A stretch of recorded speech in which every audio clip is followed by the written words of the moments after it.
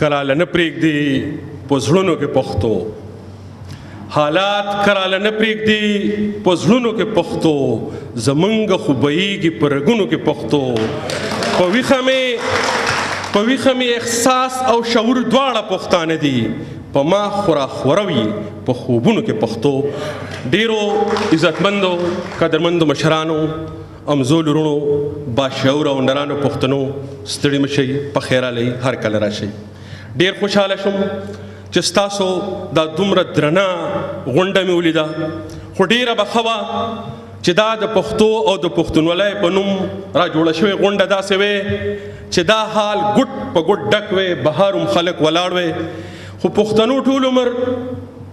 د خپل تاریخ د خپل ژبې د خپل کلتور په حواله باندې بې پروا پاتې شوي دي او کله چې د شریف شین په شان مشران را پاڅېدلي دي د هغه په شا ودرېدلي نه دي د هغه ډاډګیرنه یې نه راکړې نن ځکه موږ په شمېر 25 کسان دلته کې ناست یو که اوس دې ویلی وی چې یا ګلپاڼه راغلی ده یا نازي اقبال د پښتنو په دیوالونو د انګل په 100 روپۍ به ټکټونو ما اغوستل خو دا پښتانه نن چې د دومره لوی بدبختۍ سره مخ دي په دې کې د پښتنو ډېر لوی خپله لاس دی که پاکستان جوړ شوی دی نو هله جوړ شو چې پښتانه را پاسېدل او پیرنګۍ د دې ملک نه وزغلو او د پیرنګي د بری صغیر نه په زغلولو کې د ټولو نه لوی رول د پښتنو 600 جنازې د اریپور د جیل نه پښتنو صرف ثوابه یې ته راوړي دي هله پیرنګۍ تښتېدلی دی او هله پاکستان جوړ شوی دی موږ د پاکستان دننه د پښتنو حقونه او حقوق غواړو ښه په نره باندې غواړو نه په دې ځان ګرم ګڼو او نه په دې چاته ملامته یو موږ د خپلې ژبې حق دلته غواړو موږ دا غواړو چې په دې خاوره په 21مه پیړۍ کې څوک دی چې نن د پښتنو د بچو سکولونه روانوي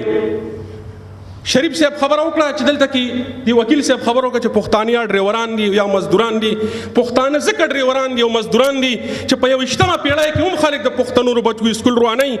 او دا پښتانه چې موږ ورته هم نران وو ځان ته دومره نران وایي 200 سکولونه د پښتنو صرف په کوزه پښتونخوا کې وران شو یو FIR په چا کټ نه کړ یو سړی چا د مټه ونه نیسه چې دا د پښتنو د بچو د سکول روانولو ذمه دار سړی دی موږ بیا هم پښتانه ځان ته نران وایو که موږ ځان د دې تیارونه د دې بدبختونه د دې بدنصیبونه خلاصول غواړو د هغې واحده لار جدید علم دی چې موږ به علم حاصلو بیا به خپل وطن آبادو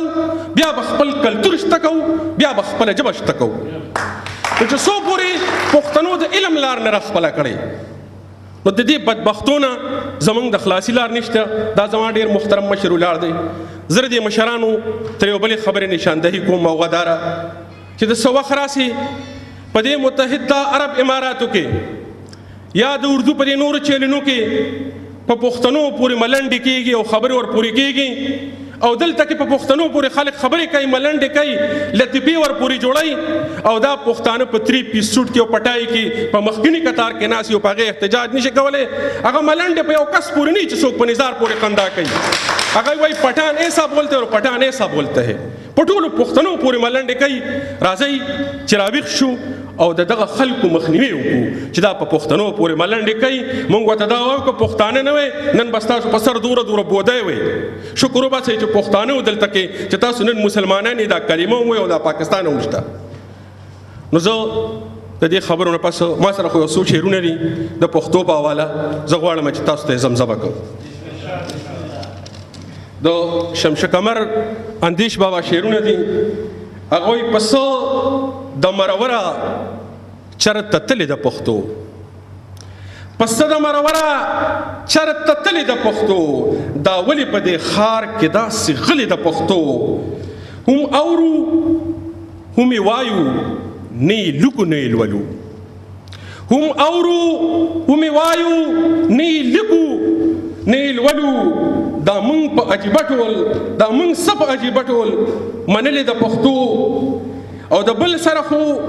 ډېرې بهانې ډېر جوازونه د بل سره خو ډېرې بهانې ډېر جوابونه دا ما او تا په څه باندې کږلې د پښتو ډېره مننه ستاسو